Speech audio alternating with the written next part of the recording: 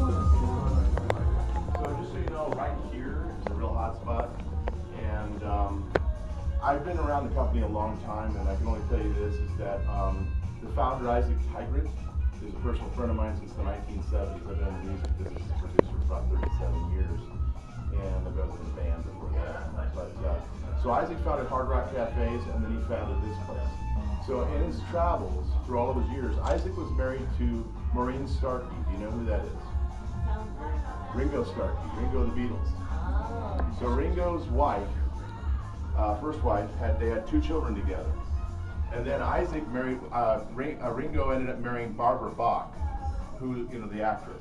And she used to be on Dukes of Hazzard, remember, the good-looking country girl. So they've been married forever and ever. Isaac married Maureen, and then they had 1 child together, Augusta. So Isaac and Maureen, along with Dr. Ken Castle, traveled the world collecting things. And almost every single piece has a story and a purpose. He didn't buy it because he could afford it. It was because it was a collector. He had to have it. He's not a materialistic person at all. So in the collection, there's stuff from all over the world. Many pieces were rescued. Some from religious pieces. Many different pieces of many types of pieces again from around the world. About 11,000 pieces in the collection total. And I'm one of maybe 2 people left in the company. It's just personal to me, so I'm kind of the curator for the collection. I know the history. I know how Isaac started from Jackson, Tennessee, and I'll give that information to you guys in here. But I just wanted you to know about this spot right here. Okay. Really, kind of right here is where it is between these 2 rooms. I'm going to try to stand right towards them so I can check in on the audio where he's giving the history.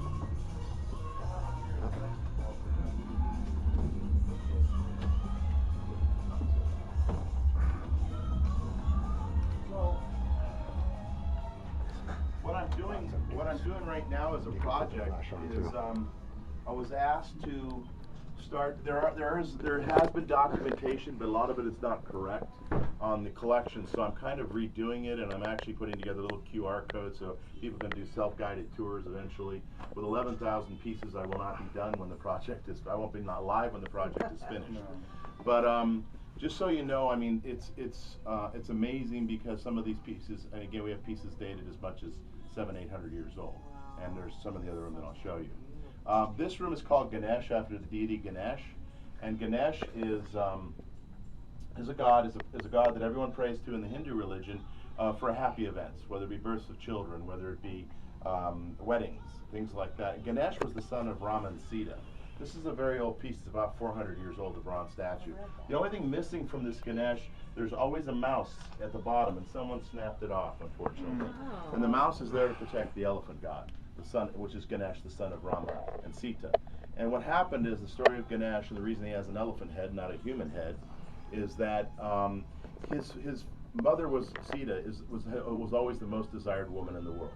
So up at the palace, she would go down to the place to take baths, and he would always send his guards to go down and watch over her. Rama would. And he was up at the palace one day, and she was down taking the bath, and he noticed there was a man down the hill that he didn't recognize. So he sent his guards down. They went down. They lopped his head off. And they said, little did he know it was his son. So they went down to go, and they said, the only thing you can do is you need to find the first severed head of any animal, and then Ganesh will be whole again. So they found the head of a severed animal, and that was the elephant. So Ganesh is a very happy, frivolous god.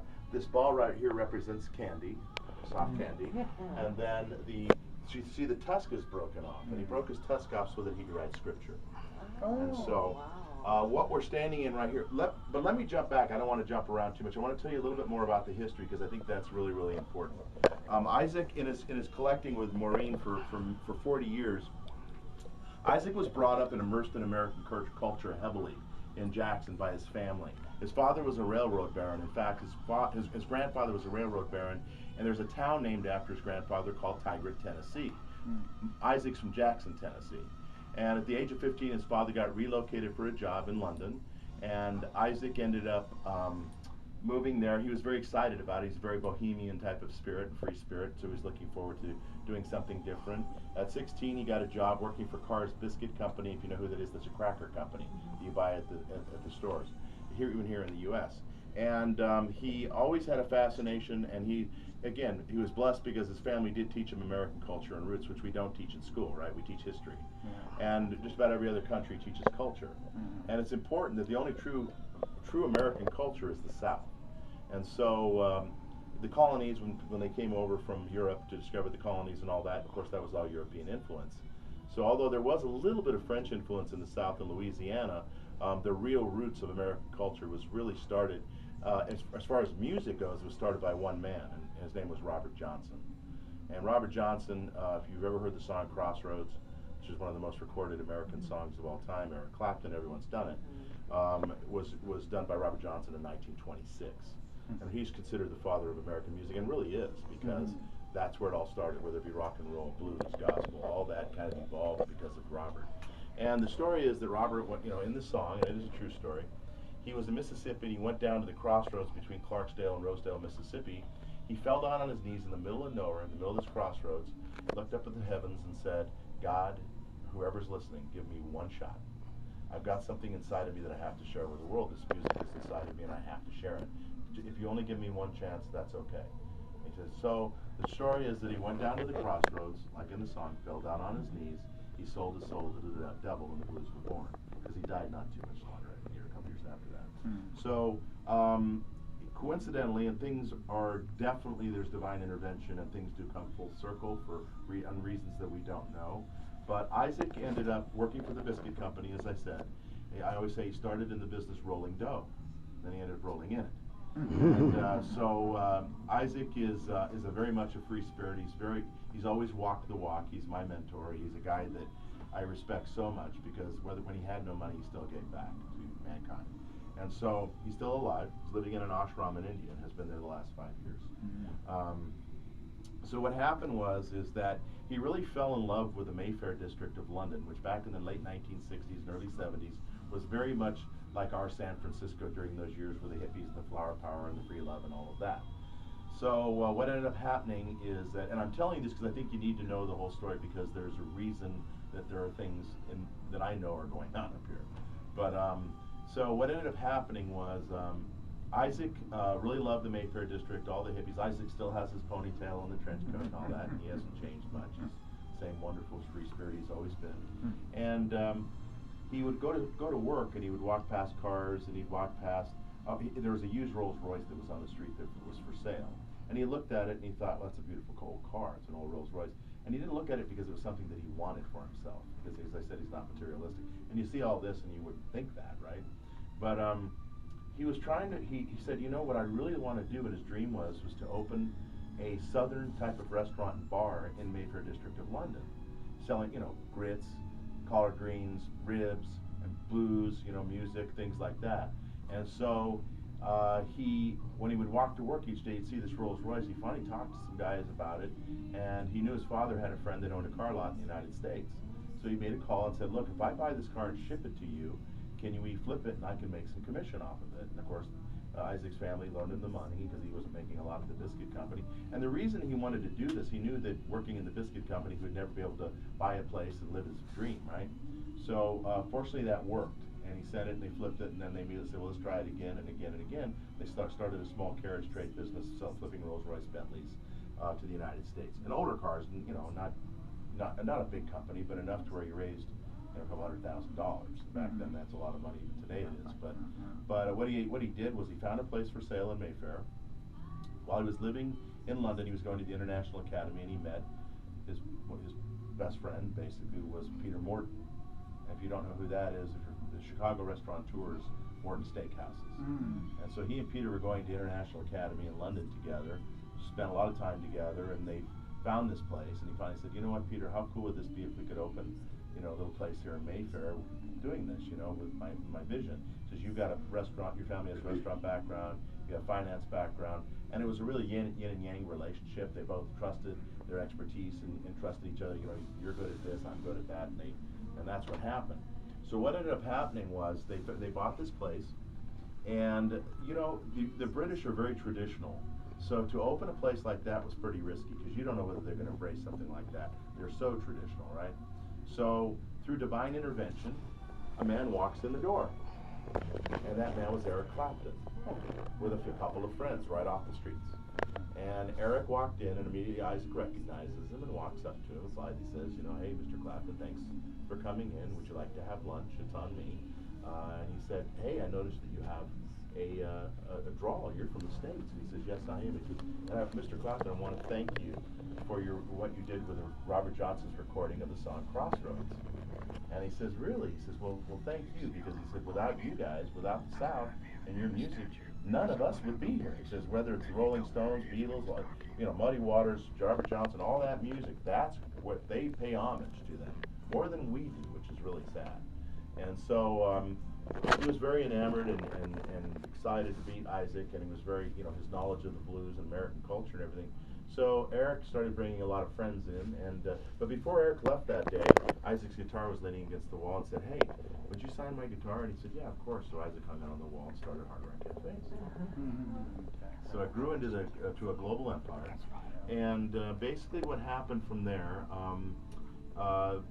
they grew it into the global empire. One of the things that Isaac always did, and people don't know this, is that, you know, he had concerns and that, you know, as Americans, and we go to other countries, that we can impact them and maybe affect their culture sometimes, you know, and Isaac was very concerned about that. Although he was excited about bringing what he was proud of his culture, bringing it to Europe, he said, you know, I really want to be sure that you're ensuring that you guys are teaching this in your schools. So he gave money to local charities to always be sure they had instruments, they would teach dance, they would teach language and all those things, and be assured that they're doing that.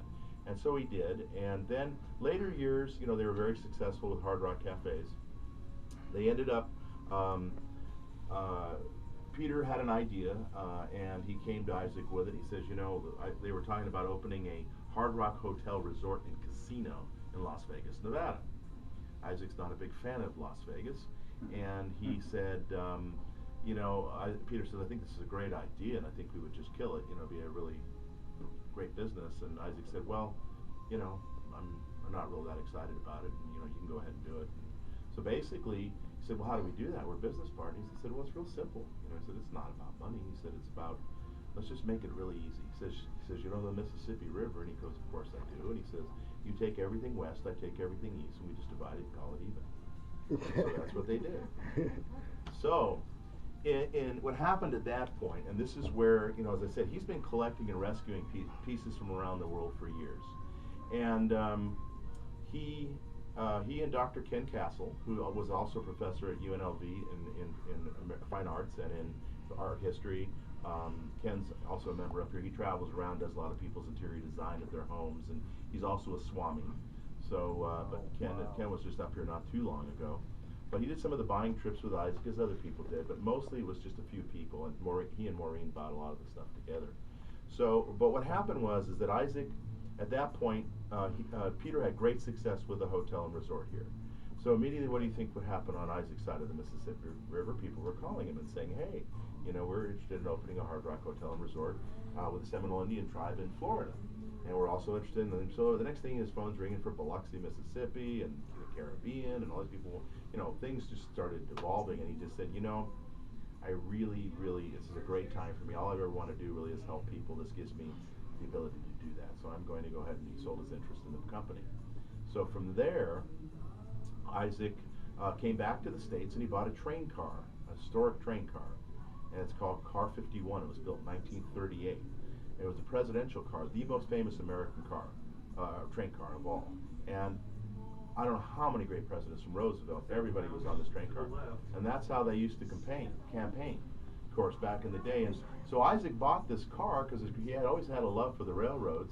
And his grandfather, being a railroad baron, he had this passion and interest in it. So he bought the car, and he did it all in this vibe. And so that train car is still operating today, but Isaac did it all in this vibe. And Isaac had Amtrak tow him around the country, mostly around the South, and said, unhook me here. And he'd be in some small town in Alabama or wherever, you know. And he knew enough, he knew everybody in the music business. He knew all these American folk artists, which he always had a love for from the time he was a kid. And we have the largest collection of American folk art and African American folk art in the world. So Isaac said, I want to spend time at home. And then he had this vision of where he said, you know, what I've done outside of the country, I'm back. He said, I'd really like to find a way to introduce our culture and art into our school systems, because where are budget cuts in the arts? So he said, I think it's important that kids know our culture and our roots. And so he got together with his best friend, Dan Aykroyd, and Jim Belushi, Judy Belushi, River Phoenix, who's since passed, the actor, George Wendt, Paul Schaefer, the musical director for the Blues Brothers. A lot of people may remember him back from that, but he's also David Letterman's musical director. And Steve Tyler and Joe Perry of Aerosmith. So Isaac spent time and he shared this vision with everybody, and all these guys said, well, let's do something. And so when he talked to Stephen and Joe, they're from Massachusetts, and they said, hey, Isaac, interestingly enough, we've been asked to teach a course on the blues and American culture at Harvard University. Of course, Isaac had a good laugh. So I can imagine Stephen Tyler is my professor at Harvard, and so they said, well, Isaac, maybe there's something here, because maybe Harvard would like to get involved, and that wouldn't be such a bad thing. And so Isaac met with them, and they bought a little house in Cambridge, Massachusetts, which became the International House of Blues Foundation headquarters, the IHOBF. So they reached out to the Boston schools, and they bought kids instruments, bought them paints, taught them about American culture and art, started the Blue Schoolhouse program, so the kids got to learn at the beginning of the semester, and at the end of the semester they got to sit on the stage and jam with Joe Perry and a lot of great legends. Well, you can imagine the auditoriums of all those schools filled up really quick, and the program became so big that Isaac said, we've outgrown the auditoriums, and these kids really need a home. They need their own music hall. So Isaac bought a music hall, and then after buying the music hall, he recognized, well, people need to eat and drink, so they started a House of Blues. But the real first official House of Blues is in New Orleans, Louisiana. So, but although they started the IHOBF there, and but the first real official one was 21 years ago in New Orleans. So we started the IHOBF, and that's thus the name of the foundation room. But what I'll tell you about in the years of travels that Isaac had, Isaac's wife Maureen passed away. She was an amazing woman, and what I'm telling you is off the record, so please don't record this or say anything. Their daughter, they had a child together, Augusta.